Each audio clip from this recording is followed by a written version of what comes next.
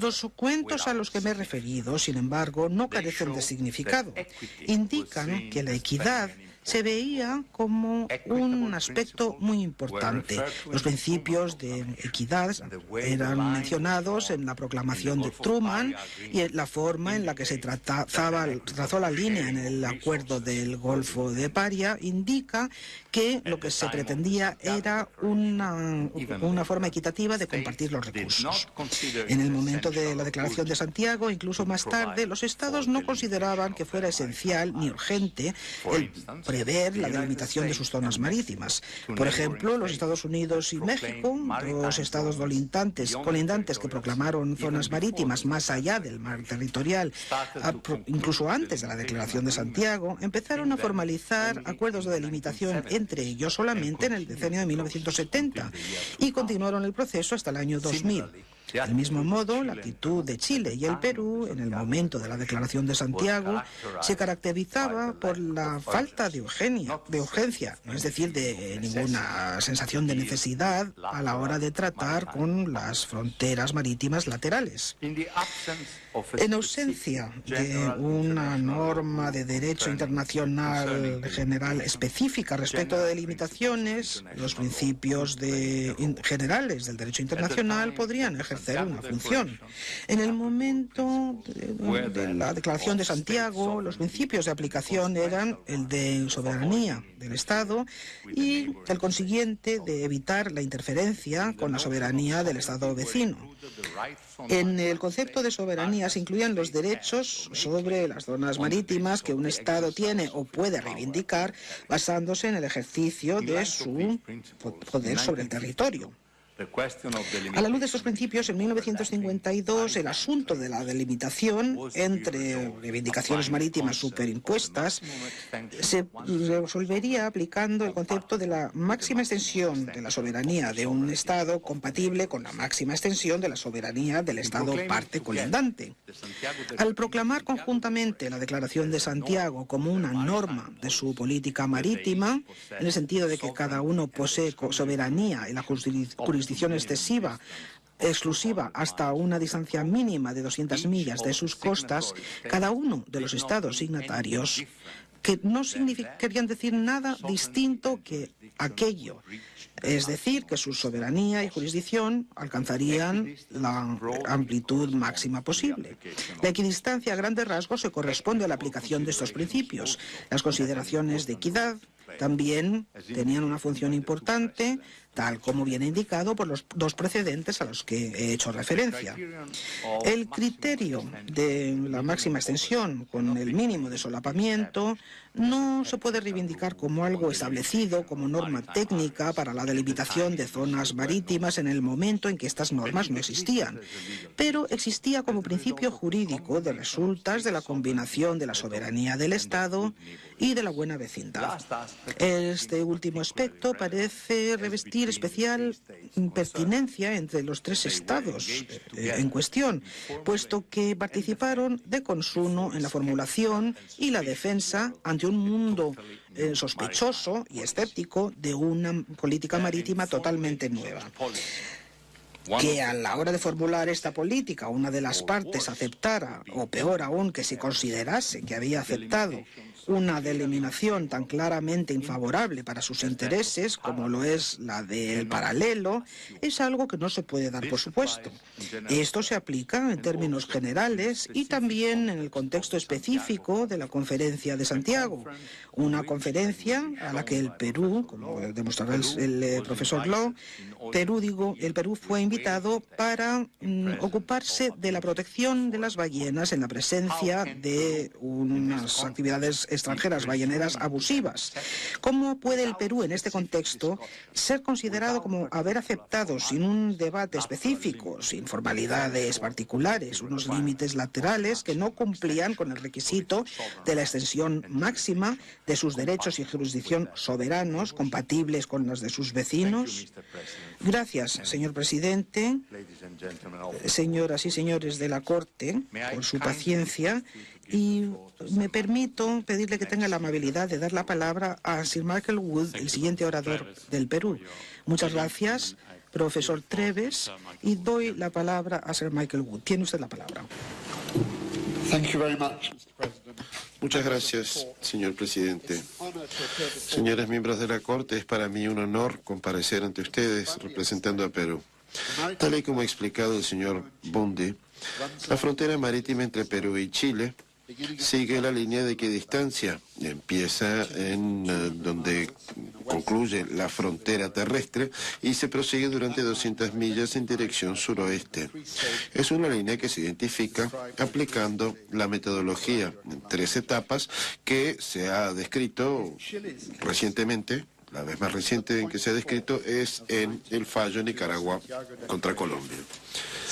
No obstante, Chile argumenta que el punto 4 de la Declaración de Santiago de 1952 de alguna manera constituye un acuerdo internacional de frontera marítima que estableció una frontera marítima permanente y a todos los efectos entre ambos estados.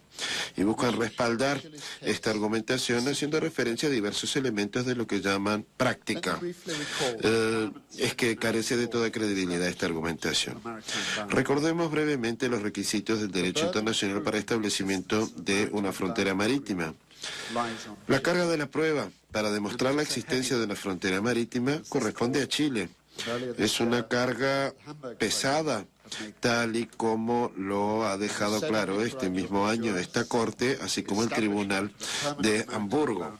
Tal y como dijo esta Corte en el fallo Nicaragua contra Honduras, el establecimiento de una frontera marítima permanente es una cuestión de enorme importancia y no puede presumirse fácilmente un acuerdo.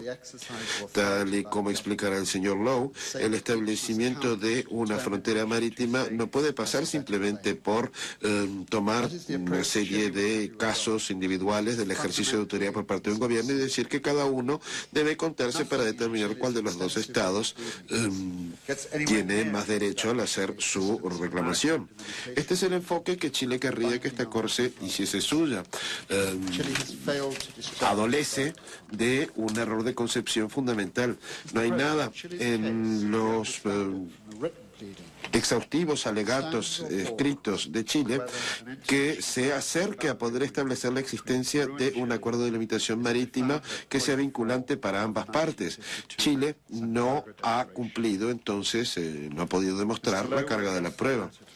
Señor presidente, la argumentación de Chile, tal y como lo entendemos de los alegatos escritos, se basa en si ha de determinarse que en el punto 4 de la Declaración de Santiago de 1952 existe o no un acuerdo internacional de frontera marítima. De ello hablará el señor Lowe. Ahora yo quiero referirme a los acontecimientos en los hechos previos a la Declaración de 1952 en los que se basa Chile. En particular me referiré a los 2 instrumentos de 1947, la Declaración chilena del 23 de junio de 1947 y el Decreto Supremo de Perú de 1 de agosto de 1947, que no tienen ni el uno ni el otro, no son tan significativos como querría hacernos entender Chile. Empiezo con 2 puntos de orden general. En primer lugar, tal y como ha explicado el profesor Treves, para poder entender adecuadamente el significado de los diversos instrumentos y los acontecimientos en que se basa Chile al plantear su argumentación, es necesario remontarse en el tiempo y considerarlos a la luz de las circunstancias que prevalecían en las décadas del 40 y del 50. En aquel momento el derecho del mar era algo muy diferente. No había prácticamente el hábito de delimitar fronteras marítimas. La doctrina de la plataforma continental no se había establecido en derecho. La idea de las zonas de 200 millas marítimas que empezaba a aparecer en las Américas constituía algo revolucionario. No se consolidaría en tratados internacionales sino una proporción tan importante. Como ven, la están utilizando paralelos de longitud, incluso para determinar el límite paralelo. La ley del petróleo se aprobó 5 meses antes de la conferencia de Santiago y no suscitó protesta alguna por parte de Chile. Lo que quiere decir que en el momento en que se celebró la conferencia de Santiago, Perú, pero no Chile, ya había establecido la frontera exterior de su zona de 200 millas utilizando el método de los arcos. Chile, por otra parte, había tan solo proclamado su intención de contar con una zona de 200 millas, refiriéndose proponiéndose en este sentido establecerlo utilizando un paralelo matemático.